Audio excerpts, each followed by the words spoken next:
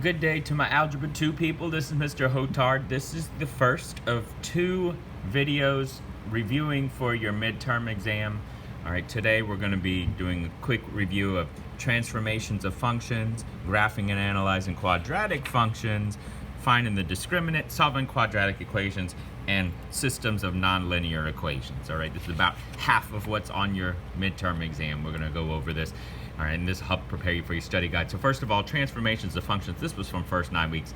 Alright, these things in here, there's just a little diagram reviewing everything. Remember, negative on the outside is an x-axis reflection. A negative inside the parentheses is a y-axis reflection. Numbers outside stretch or shrink vertically. Numbers inside of the parentheses directly on the x, that can stretch or shrink horizontally, but those are the ones you have to flip over. And then if you have a plus or minus inside the parentheses, that moves your graph left and right. Plus or minus at the end moves it up and down. So as far as just identifying the transformations on this one, this first one, I got a negative inside the parentheses. Now, is that an x-axis reflection or a y-axis reflection? That would be a y-axis reflection. If it were outside the parentheses, it'd be x-axis, but this is a y-axis reflection. Also, that 6, that number directly on x inside the parentheses. That one, is that vertical or horizontal? It's horizontal. Now you might be tempted to say, oh, horizontal stretch, but remember, horizontal is the one you have to flip. That's a horizontal shrink of 1/6 of 1 over 6. Horizontal shrink of 1/6. And then this minus 3 at the end, which way does that move the graph? Gonna move it down 3. Problem B. I'm going to do the same thing. I've got a negative in the front. Is that an x-axis or y-axis reflection? Negative in the front, outside the parentheses, that x-axis reflection. X-axis reflection. And then the 2 in the front. It's not in the parentheses, it's outside now. That's going to be a vertical stretch of 2.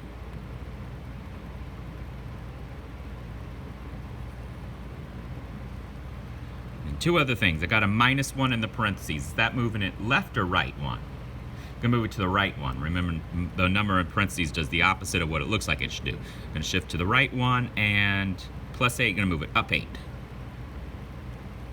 So that's transformations of functions. Now, quick review, some important things about quadratic functions. When you're graphing those, remember your vertex formula, x equal negative b over 2a.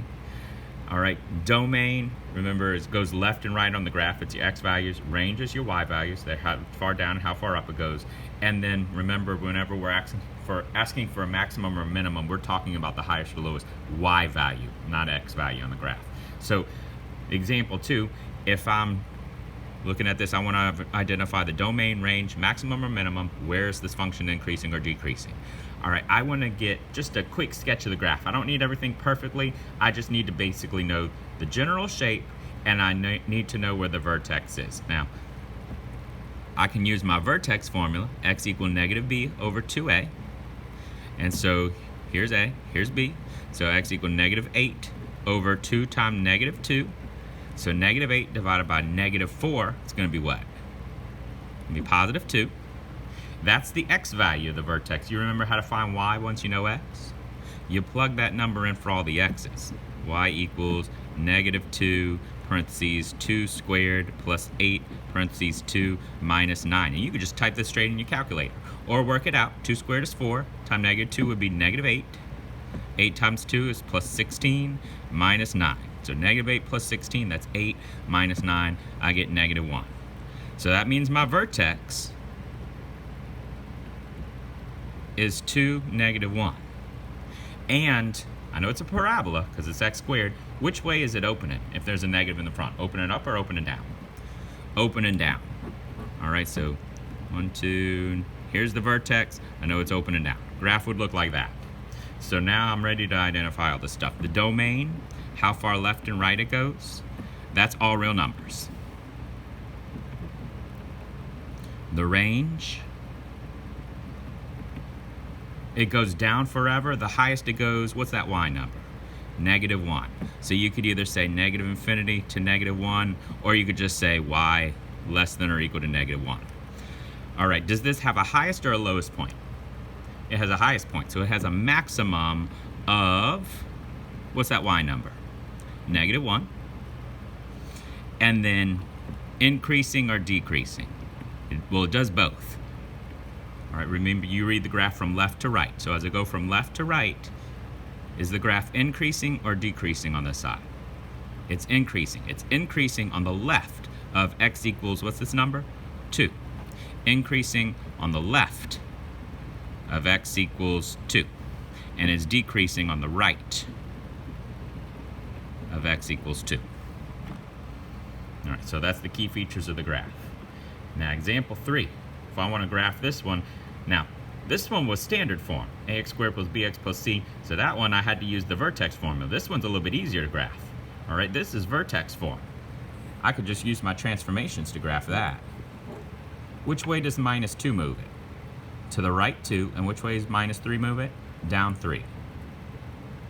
So right 2, down 3. There's my vertex. And then remember, you could use that front number, that's like your slope, all right? It tells you where the next set of points is. So I can go up 3, 1, 2, 3, to the right 1 and to the left 1. So there is my parabola. And then it asks us for the x-intercepts, the vertex, the axis of symmetry. So the x-intercepts, I can tell now, where is it touching the x-axis? At what number? 1 and 3. All right, so 1, 0, and 3, 0. That's where it touches the x-axis. Vertex, we found that. What's that point? 2, -3. And then axis of symmetry, remember that is just the same as the x number of the vertex. That's x equals what? X equals 2. Okay, so that's graphing quadratic functions. Couple other quick things. Discriminant, remember discriminant is one specific part of the quadratic formula. It's the part under the square root. B squared minus 4ac. Remember, if that comes out to be a negative number, you get 2 complex or 2 imaginary solutions. If it comes out to be a positive number, you get 2 real solutions. If it comes out to be 0, you get 1 real solution. And also it can be a perfect square, in which case you have 2 real rational solutions. All right, but if you can remember these 3, that's the important thing. So finding the discriminant, remember, it's got to be equal to what first? 0. So let's just move this 3 over here. Subtract 3. Got 0 equals x squared plus 2x. 4 minus 3 is going to be plus 1. Now, it's not asking me to solve it. It's asking me to find the discriminant. So just using b squared minus 4ac. So a is 1, b is 2, c is 1. So 2 squared minus 4 times 1 times 1. So let's see. 2 squared is going to be 4. 4 times 1, that's minus 4. 4 minus 4 is going to be 0. I get discriminant is 0. That doesn't mean the answer to the problem is 0. The discriminant is 0. What's that mean for my answers? 1 real solution. If I want to know what that real solution is, I'd have to work out the whole quadratic formula or solve it some other way. And speaking of which, now these 3, we're going to look at how you actually solve these. And you can use this quadratic formula, negative b plus or minus square root of b squared minus 4ac all over 2a. It works on every quadratic equation, but you don't have to use it every time. Remember, there are other methods.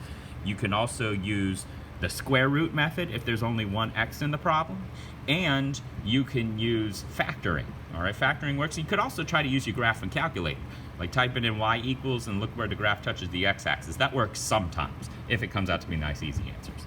So if I look at these, let's see. This one right here, example 5, I'm going to try to use either factoring or quadratic formula, but I'm going to have to get it equal to what first? 0. So let's move this 70 over. Add this 70 over to this side. This is now going to say 5p squared plus 50p plus 80 equal to 0. Now, is there anything I could do to simplify that? I can divide it all by what?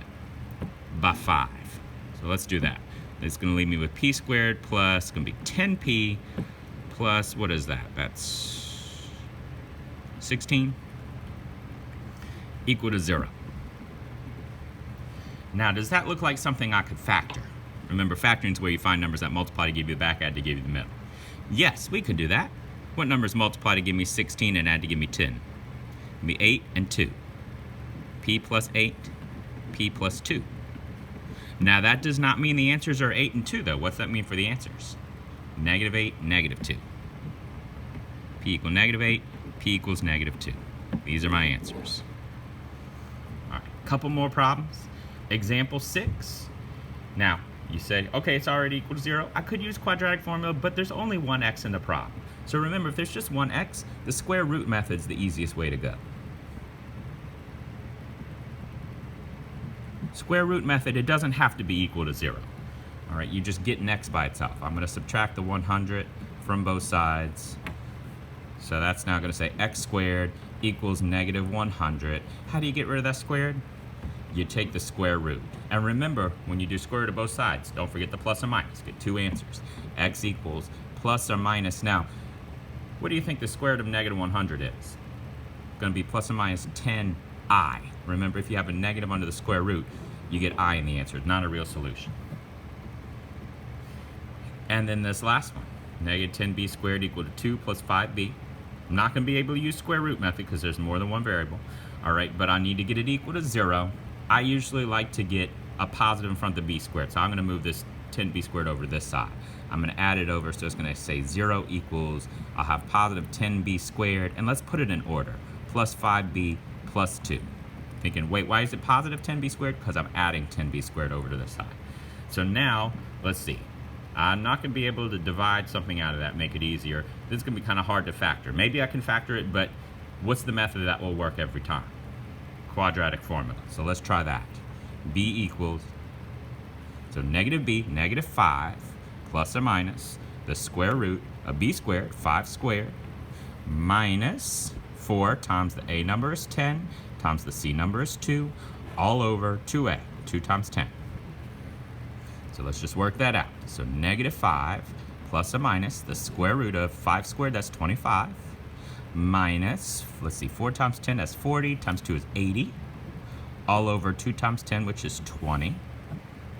Now let's see, work out the inside, so that's going to be -5 plus or minus the square root of 25 minus 80, that's going to be -55